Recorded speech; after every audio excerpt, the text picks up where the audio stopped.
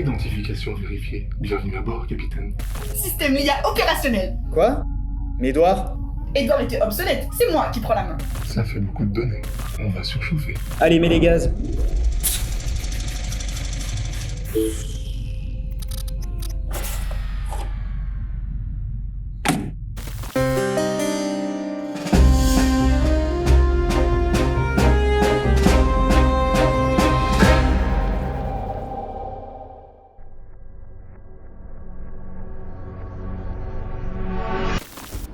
Bon, on n'est pas prêt de partir. Edouard, t'es de retour? Affirmatif, capitaine. Et moi aussi. Bon, bah pas étonnant que le système déraille, hein. Les batteries étaient pas paramétrées pour maintenir 2 IA en même temps.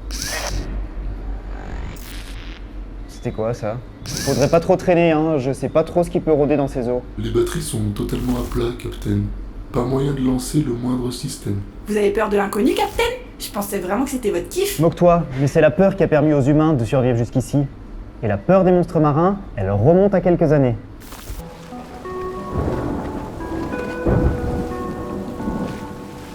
Pour de nombreuses cultures, l'origine du monde se trouve sous la mer, sous la forme d'un enchevêtrement désorganisé, sans sens et invivable pour les humains.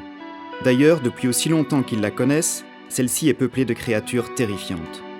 Dans les mythes indo-européens en particulier, le monde originel, la personnification du chaos, combat les premiers dieux. Les historiens ont appelé cette phase le Chaoskampf, le combat du chaos. Ceci est particulièrement vrai dans l'Enuma Elish, le mythe de la création babylonien, où Marduk combat la déesse primordiale Tiamat.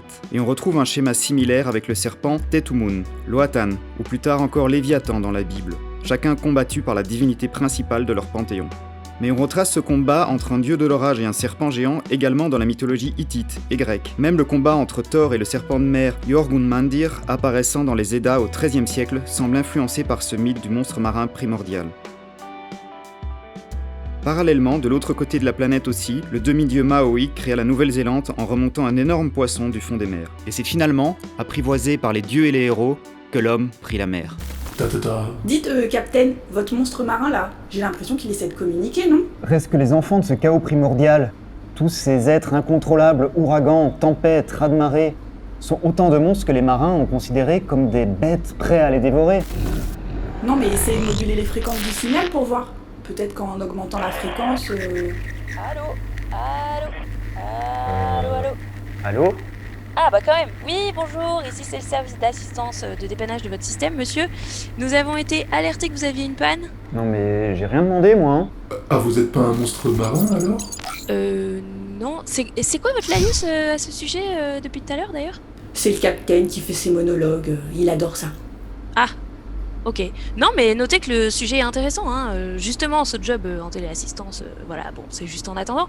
En fait je suis historienne à la base, et d'ailleurs maintenant qu'on en parle, la monstruosité c'est la différence. Ça vaut pour beaucoup de cultures, hein, je pense, pas forcément que spécialement grecque. La différence difforme, et effrayante et dangereuse, etc. Et du coup, parmi les monstres marins qu'il y a dans l'Antiquité, c'est sûr que probablement parmi les plus connus et les plus terribles, il y a Charybde et Scylla, clairement, dans l'Odyssée, qui sont deux éléments en plus complémentaires, opposés, et qui incarnent un peu des périls très dangereux que peuvent rencontrer les marins en naviguant. Où d'un côté il y a Charybde et de l'autre il y a Scylla. Scylla, c'est un énorme roc qui monte dans les cieux, au sommet duquel il y a un monstre assez terrifiant qui a des descriptions, elles sont tellement cheloues qu'on a un petit peu du mal à se représenter à quoi correspond vraiment cette bestiole. C'est une créature qui aboie, qui aurait 6 têtes et 12 pattes de chien. Scylla, à la base, c'était une nymphe dont Glaucos, qui est une autre divinité marine, était tombé amoureux. Donc c'était pas réciproque. Comme d'habitude, il a demandé de l'aide à quelqu'un d'autre pour réussir à arriver à ses fins. Donc il a demandé de l'aide à la magicienne Circé pour avoir une potion d'amour. Mais comme elle, plot twist, elle était amoureuse de Glaucos aussi. Elle était jalouse et du coup elle a fait semblant d'aider, mais en fait elle lui a donné une potion qui a transformé Scylla en ce monstre horrible. Et Charybde, à la base c'était la fille de Poséidon et Gaïa, donc on est sur des divinités primitives. Et donc c'est une créature qui a tout le temps faim et qui bouffe tout. Et Charybde c'est un tourbillon, c'est un genre d'immense béance qui engloutit de l'eau en permanence et qui la recrache aussi 3 fois par jour. D'un côté, il y a un roc extrêmement lisse, extrêmement dangereux sur lequel les bateaux peuvent se fracasser avec un monstre en haut, et de l'autre, un tourbillon qui engloutit des eaux et qu'il y a un courant tellement fort qu'on dit que même Poséidon peut pas sauver les trucs qui tombent dedans. Il faut faire un choix, en fait, il faut passer près de l'un ou près de l'autre. Et du coup, ça désigne ce truc de devoir choisir entre deux choses horribles.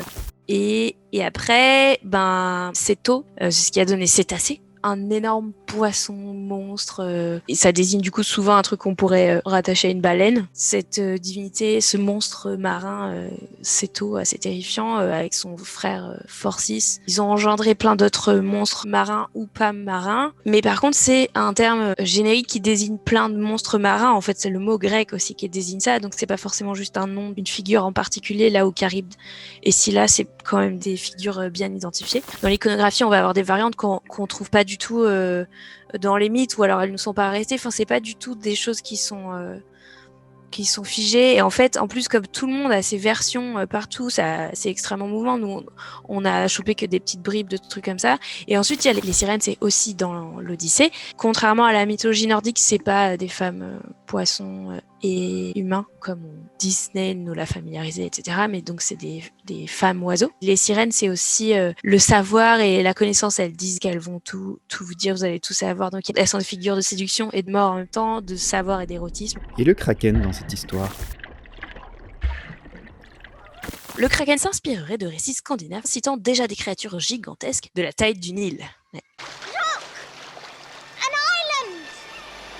Dans les bestiaires médiévaux, on retrouve une créature similaire, l'Aspidoshelon, la tortue aspic, et on retrouve des monstres de taille similaire dans le roman d'Alexandre ou Sinbad le marin également. Mais l'existence du kraken en tant que calamar géant n'a finalement été confirmée qu'au 19e siècle, et si sa taille a sans doute impressionné beaucoup de marins qui en apercevaient par hasard, il y a peu de chances qu'ils aient été attaqués par qui que ce soit. Les Islandais ont aussi d'autres monstres marins de grande taille. Si au XVIIe siècle beaucoup d'espèces marines étaient encore inconnues, certains cétacés étaient déjà bien identifiés par les pêcheurs, notamment en raison de la chasse ancestrale qui était pratiquée. Mais quelques espèces étaient reléguées à une catégorie à part, les ilvelis, les baleines diaboliques, impropres à la consommation humaine et ennemis naturels des humains. De manière générale, dans l'Europe du Moyen-Âge, les baleines étaient vues comme des créatures malveillantes associées au diable.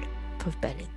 D'autres grandes créatures existent à travers le monde, inspirées de cétacés ou poissons que les récits de pêcheurs et la tradition ont placé au rang de légende, comme Isonade au Japon, un poisson géant au corps couvert de barbillons qui entraîne ses victimes au fond des océans. Et une étude de 2009 estime qu'il reste encore plusieurs monstres réels à découvrir, yay, si par monstre on entend animaux de plus de 2 mètres. Parfois les monstres ne sont pas spécialement grands. Chez les Inuits, le Kalupaillik a la taille d'un humain normal, ce qui ne l'empêche pas d'enlever les enfants qui s'aventurent sur la glace, rappelant les dangers rôdant dans l'océan Arctique. En Chine, le chêne n'est rien d'autre qu'une palourde, mais capable de créer des mirages qui bernent les marins. Historienne en téléassistance, je connaissais pas le principe, merci. Tout le plaisir est pour moi, et sinon pour la panne, vous trouverez normalement une batterie de secours derrière le panneau B12. Allez, bonne journée. Non mais attendez. Touché. Ah, pas mal celle-là, oui.